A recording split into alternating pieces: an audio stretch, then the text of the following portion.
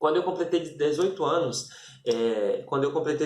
eu estava terminando o ensino médio, no último ano do ensino médio, e aí apareceu na minha escola aquele pessoal que faz cursinho de carreira militar, né? E eles passaram nas salas entregando os panfletinhos e tal, dizendo, ó, você vai para a ESA, você vai para o IME, você vai para não sei aonde, você vai para a SpaceX, você vai para o sargento das Forças Armadas, você faz um curso, já vai direto e você já é oficial, e aí você já começa uma carreira militar e tudo mais. E eu achei aquele negócio show de bola, eu achei aquele negócio sensacional. Naquele tempo eu não tinha feito ainda eu não tinha ainda passado pelo exame para ver se eu ia servir ou não ia servir, eu não tinha feito isso ainda. Então eu achei aquilo maravilhoso, eu achei aquilo sensacional. Eu falei assim, eu quero isso para mim, eu quero isso para mim. E aí eu olhei pelo aquele negócio e tinha lá o curso de sargento, tinha o negócio da SpaceX, tinha o negócio da ESA e tal, e tinha o negócio do IME,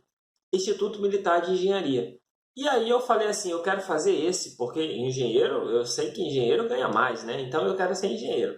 E eu vou fazer esse daí. E aí eu peguei e falei assim, poxa, eu vou fazer esse negócio. E aí eu falei para minha mãe, eu cheguei todo animado, eu cheguei contente, eu cheguei feliz, eu falei para ela assim, eu vou fazer isso aqui, eu vou ser engenheiro, nossa vida vai mudar, e eu vou, e tal, e não sei o que, e eu fiz toda uma história ali para convencer ela, porque eu estava muito empolgado, porque eu queria fazer aquilo ali. Só tinha um detalhe.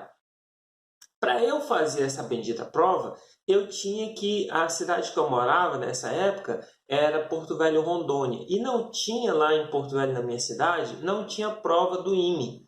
Não tinha lá. Assim, a cidade mais próxima que tinha era Manaus, Amazonas. Manaus, Amazonas, de Porto Velho, nessa época, a Manaus não tinha estrada de chão.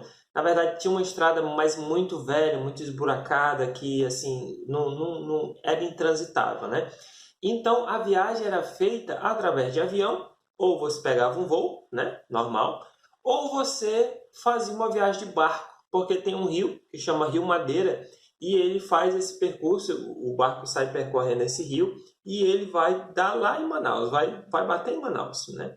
E aí eu falei assim, então eu vou de barco, porque avião a passagem é mais cara, de barco é mais tranquilo. Eu falei assim, então eu vou de barco.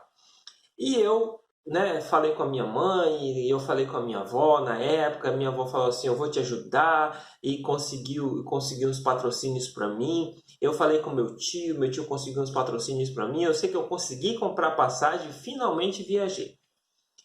Quando foi viajar, eu achei aquele ali muito legal, mas antes de viajar, eu passei aí um ano inteiro estudando, não lembro quanto tempo foi exatamente, mas eu lembro que eu passei um ano inteiro, eu sempre fui ruim em matemática, então assim, eu fiz um preparatório de matemática, eu fui com um professor muito bom que tinha na época, e eu viajava de Porto Velho a Candeias, que é uma cidadezinha, e ia estudar com esse professor, e eu me esforcei, eu aprendi o que eu pude, estudando o edital ali do curso para eu fazer a prova e tudo mais. Chegou o grande dia, eu peguei o barco e viajei. Eu nunca tinha viajado de barco, aquilo ali para mim foi uma novidade.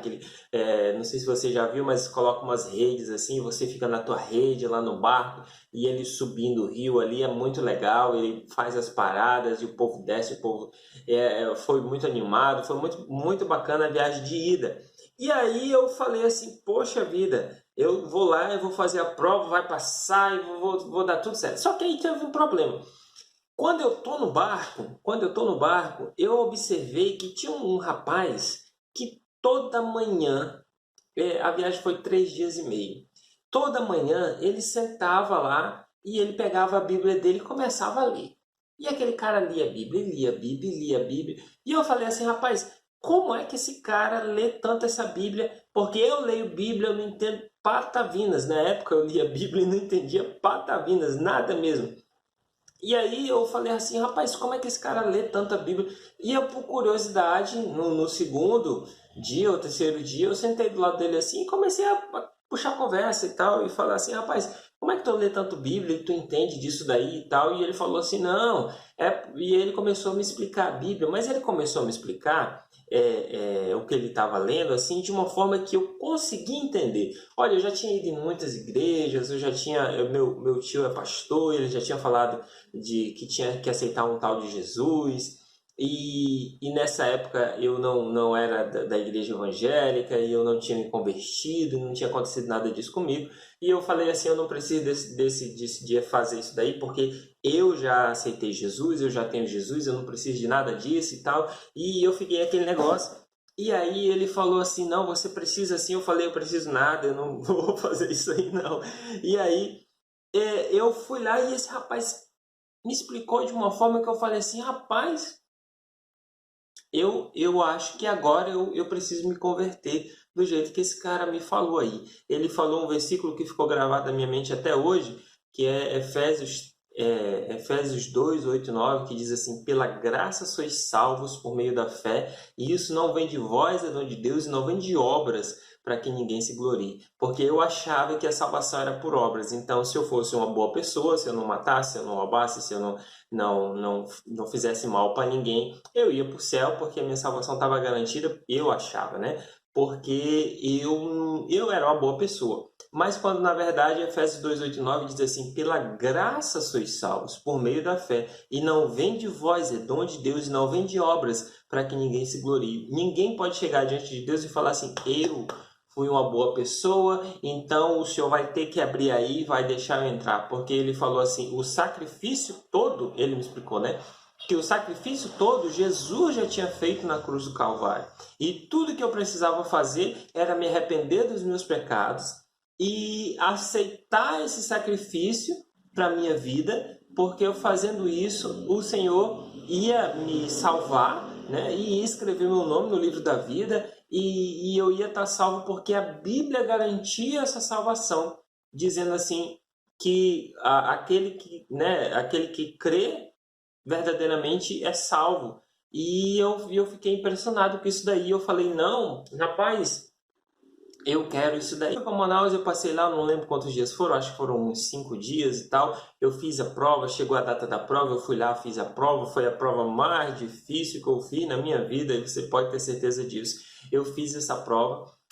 E eu achei que eu não acertei nada, e com certeza eu acertei muito pouco dessa prova. Enfim, foi terrível, foi horrível. E aí eu voltei para casa. Peguei um barco de volta, de ida é bem mais rápido do que de volta. De volta foram 7 dias, e foi muito legal também.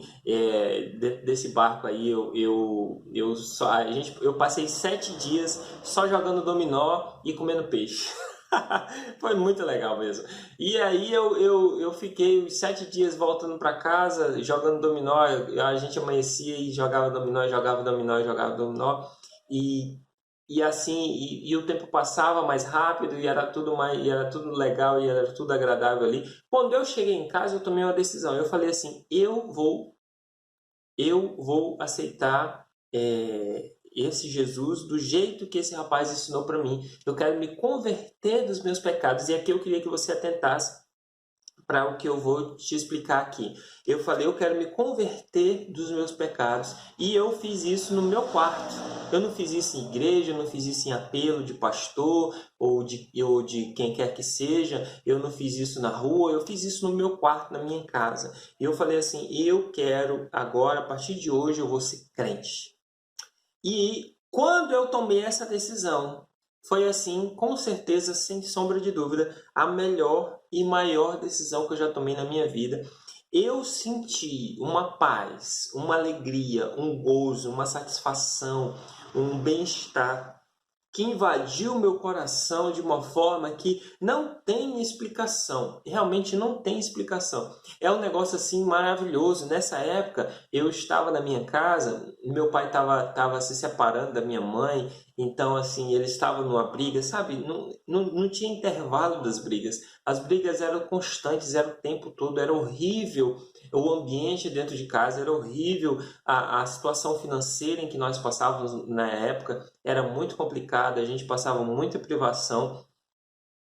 E eu aceitei Jesus, né, como as pessoas falam, mas na verdade não é aceitar Jesus, é se converter de todo o seu coração. Eu me converti de todo o meu coração, eu me arrependi dos meus pecados, e isso me trouxe uma paz, uma alegria, um bem-estar, uma satisfação, que é justamente o que é esse primeiro amor. Porque isso acontece, quando esse arrependimento real acontece, quando essa conversão real acontece, o que acontece? Quando isso acontece, você sente esse primeiro amor. Esse primeiro amor que te traz esse gozo, essa paz, essa alegria, essa vontade de trabalhar na igreja, essa vontade de fazer a obra, essa vontade de parar de pecar, essa vontade de fazer, de realizar evangelismo, essa vontade de falar de Jesus para todo mundo para falar desse tão grande amor que nos salvou, para falar de tudo isso. Então, esse primeiro amor ele dá o gás inicial, ele dá o ânimo inicial que a gente precisa para fazer tudo isso. Então, foi isso que aconteceu comigo.